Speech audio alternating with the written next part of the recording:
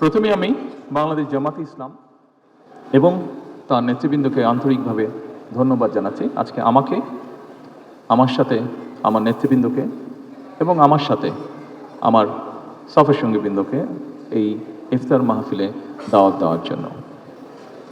সম্মানিত সকল নেতৃবৃন্দ, উপস্থিতিবৃন্দ, আজকে এখানে শুধু আমি নই, এখানে শুধু বাংলাদেশ জামাতে ইসলামের নেতৃবৃন্দ বা কর্মীবৃন্দই নয়, আমাদের বাইরেও এখানে অন্যান্য আরও রাজনৈতিক দলের নেতৃবৃন্দ আছেন। এখানে আরও অন্যান্য সমাজের অন্যান্য বিভিন্ন স্তরের বিভিন্ন সম্মানিত ব্যক্তিবর্গ উপস্থিত আছেন আজকের এই ইফতার মাহফিলে। আজকে আমরা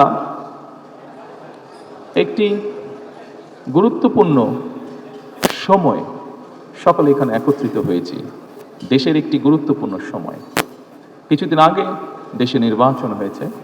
এই নির্বাচনের মাধ্যমে গণতন্ত্রের যাত্রা শুরু হয়েছে, যে গণতন্ত্রের জন্য বাংলাদেশের মানুষ প্রায় 1 যুগেরও বেশি সময় ধরে অকাতরে জীবন দিয়েছে, বিভিন্ন অত্যাচার, নির্যাতন, গুম, খুনের শিকার হয়েছে।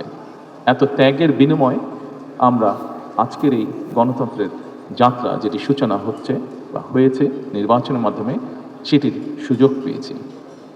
এই ত্যাগের মাধ্যমে, এই আত্মত্যাগের মাধ্যমে, হাজারো মানুষের অত্যাচার, লক্ষ মানুষের নির্যাতনের মাধ্যমে আমরা আমাদের বাক, ব্যক্তি স্বাধীনতা, গণতান্ত্রিক অধিকার চর্চার সুযোগ আমরা ফিরে পেয়েছি। সেজন্যই প্রথমেই আসুন আমরা আল্লাহর দরবারে শুকরিয়া আদায় করি। সম্মানিত উপস্থিতিবৃন্দ, বাংলাদেশের মানুষ আজকে অনেক প্রত্যাশা নিয়ে, অনেক আকাঙ্ক্ষা নিয়ে, অনেক আশা নিয়ে আমাদের সকলের দিকে তাকিয়ে আছে, বিশেষ করে রাজনৈতিক দলগুলোর দিকে তাকিয়ে আছে। আজকে আমাদের এই ইফতার মাহফিলে আসুন আমরা আল্লাহর নামে শপথ গ্রহণ করি যে আমাদের আগামী দিনের কাজগুলো হবে এই দেশের মানুষের ভাগ্য পরিবর্তনের জন্য।